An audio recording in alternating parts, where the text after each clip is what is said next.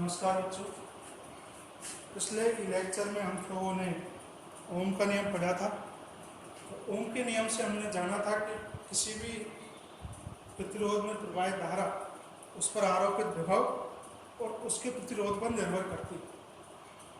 दूसरी बात हमने देखा था कि धारा किसी प्रतिरोध तभी बहती है तब उन दोनों के उस प्रतिरोध के दोनों सिरों पर कुछ विभवांतर हो। विभवांतर का मतलब है कि एक सिरे पर विभव ज़्यादा हो और दूसरे पर कम हो। यदि दोनों सिरों पर विभव सेम है तो उस प्रतिरोध में से कोई भी धारा प्रवाहित नहीं हो।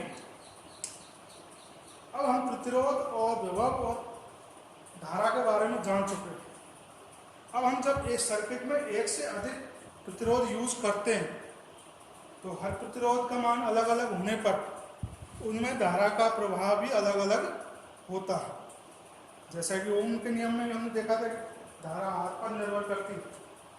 तो आर का मान अलग अलग होगा तो उनमें धारा का डिवीजन कैसे होगा हम उसको इस नियम के अनुसार जानेंगे, जिसे कहते हैं धारा विभाजन नियम, करंट डिवीजन रूल। अब जब हम प्रतिरोधों का संयोजन करते हैं तो आप जानते हो किस प्रकार से होता है। दो प्रकार से होता है, एक श्रेणी क्रम और एक समांतर क्रम। समांतर क्रम में दोनों प्रतिरोधों पर कैसा विभव लगता है, जिस पर हम जैसा विभव उस पर आरोपित करते हैं तो उन दोनों पर विभव कैसा रहता है, सेम विभव रहता है, क्योंकि दोनों के सिरे आपस में जुड़े रहते हैं। तो दोनों पर हम जब विभव का मान निकालते हैं तो दोनों पर सेम आता है। श्रेणी क्रम में हम जैसे ही हम विभव का मापते हैं, मान लीजिए ये विभव यहाँ पर लगा हुआ है, दूसरा विभव यहाँ पर लगा हुआ है, ये V1 है और ये V2 है। दोनों का मान इन दोनों के प्रतिरोध पर निर्भर करता है और दोनों का मान अलग अलग आता है।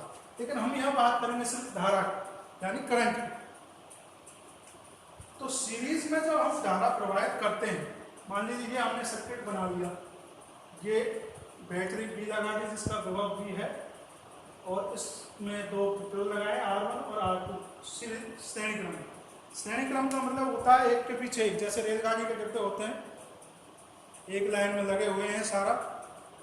तो आप जैसे मान लो जो एक डिब्बे में घुसते हैं तो अंदर ही अंदर दूसरे डिब्बे में होकर आगे वाले डिब्बे में निकल सकते हैं। धारा का भी ऐसे ही है। धारा जब इधर से प्रवाहित होगी तो यहाँ जो धारा होगी वो उसको कोई और रास्ता तो है नहीं, वो इधर से ही निकलेगी।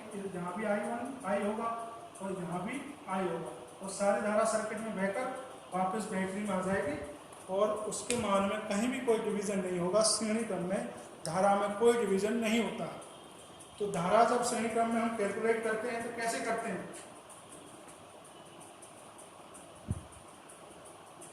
एक V1 V2, तो टोटल विभव कितना हो गया, V1 plus V2।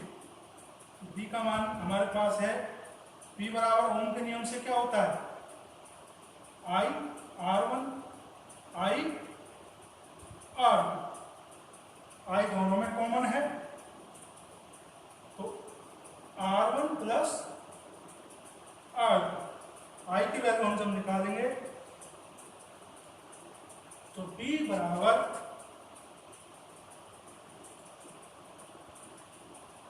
R1 plus R2 equal to I, ये हमारे पास निकल कर है। सो ये R1 और R2 है, ये प्रतिरोध है जो है कुल प्रतिरोध है इसका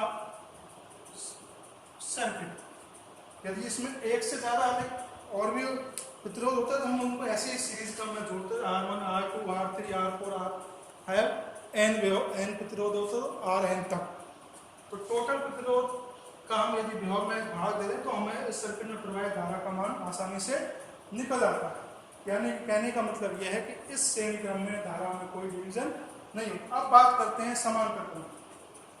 समांतर क्रम में धारा को दो रास्ते मिलते हैं। समांतर क्रम में धारा को दो रास्ते मिलते हैं। पिछले वीडियो में, पिछले लेक्चर में हमने देखा था कि धारा किस प्रकार काम करता है, जैसे पानी काम करता है। पानी का एक रास्ता है, उसमें आप कोई अवरोध लगा दें तो पानी को रास्ता सेलेक्ट कर लेता है जिसमें उसे आसानी हो जानी। जैसे मान लीजिए ये कोई पानी आ रहा है इधर से पानी आ रहा है। अब हम यहाँ कोई एक अवरोध लगा देते हैं इस तरह से, ये अवरोध लगा दिया तो पानी इधर तक यहाँ तक आएगा, फिर यहाँ से इस तरह से सारा पानी इधर से जाकर प्रवाहित होने लग जाएगा। पानी यानी ये अवरोध उत्पन्न होने पर सारा पानी किधर डाइवर्ट हो गया, जिधर उसको आसान रास्ता मिला उधर से पानी डाइवर्ट हो गया और उसने अपना रास्ता अलग बना लिया। अब मान लीजिए आपको एक अवरोध यहाँ भी लगा दो जिसका मान पहले वाले अवरोध से कम है। एक अवरोध ये है, एक अवरोध ये है और ये रास्ता आपका ब्लॉक, यानी दो अवरोध है, एक बड़ा है और एक छोटा है। अब हम पानी का बहाव देखते हैं, पानी का बहाव ज्यादा है तो पानी इधर से जब आएगा तो पहले तो वो रास्ता देखेगा कि जिधर कम अवरोध उत्पन्न है, तो पानी इधर से ही जाना प्रिपेयर करेगा, कुछ पानी इधर से आएगा, ठीक है। लेकिन पानी का बहाव इतना ज्यादा है कि वो यहां से पूरा फ्लो नहीं हो सकता, तो कुछ पानी इधर से भी आए, यानी पानी का क्या हो गया, डिवीजन हो गया। अब हम इसको मान लें R1 और ये मान लें R2, तो और इसको मान लीजिए हम मान लेते हैं करंट। तो करंट भी सेम ऐसे ही फ्लो करता है, यदि R1 का मान कम है या R2 का मान कम है तो उधर से फ्लो करेगा, यदि I का मान अत्यधिक ज्यादा है तो उस I का मान R1 की तरफ से भी निकलना शुरू कर देगा, और यदि R1 का मान इतना अधिक है कि उधर से जा ही नहीं सकता तो पूरा I इधर से आ जाएगा।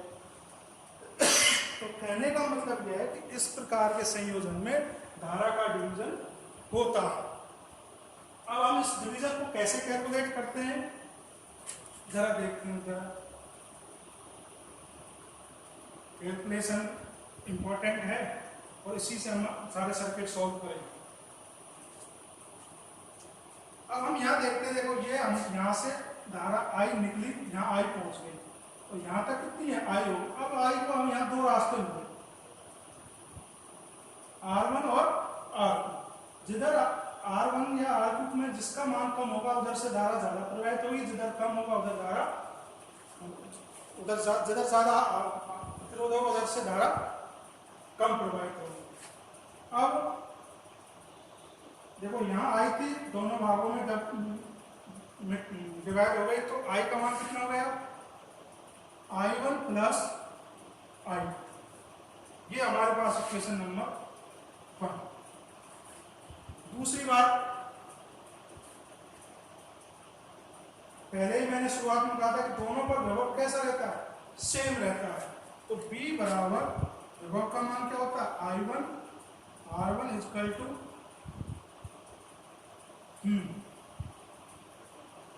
I2 और ये हमारा इक्वेशन नंबर 2। अब हम यहां से I1 का मान निकालें, मान लो इन दोनों में से, तो I1 निकल के आता है हमारा I2 R2 अपॉन R1। इसको मान हम समीकरण 1 में रखेंगे, इसको समीकरण 1 में रखेंगे। रखिए जरा, समीकरण 1 में रखने पर क्या आता है, I equal to I2 R2 upon R1 plus I2। I2 दोनों में से कॉमन लेंगे, I2 R2 upon R1 plus 1। R1 यहाँ एलसीएम आएगा तो I equal to I2 R2 plus R1 upon R1, और यहां से I2 की वैल्यू हम निकाल के क्या आती है,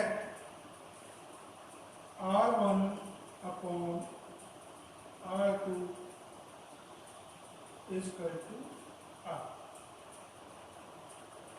ये हमारा इक्वेशन नंबर 3। यहाँ से I2 की वैल्यू हमें चाहिए। I2 की वैल्यू अगर इसमें निकाल दी, I2 की वैल्यू कितनी होगी, तो इस फॉर्मूले से हमारे पास R1 है, R2 है और I हमें पता है, तो I2 की वैल्यू निकाल सकते हैं। अब देखते हैं I1 की वैल्यू। यहाँ से हम I1 की वैल्यू निकाल सकते हैं।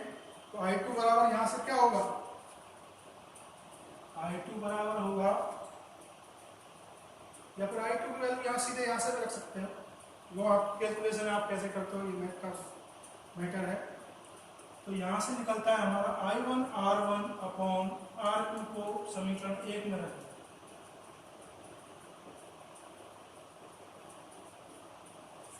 समीकरण 1 में जैसे ही रखेंगे, I1 R1 upon R2 plus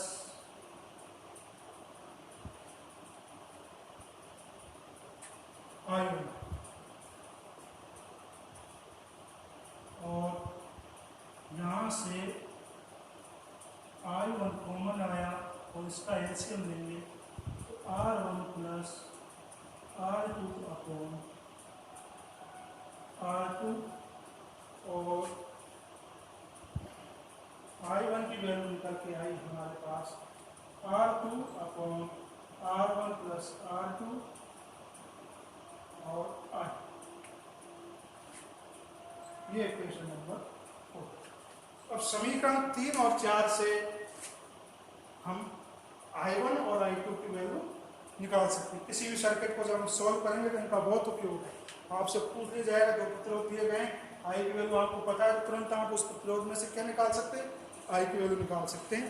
हमें ना V की आवश्यकता है, I की वैल्यू पता है, तो सीधा इस फॉर्मूले में रखा और I1 और I2 की वैल्यू आप निकाल सकते हैं।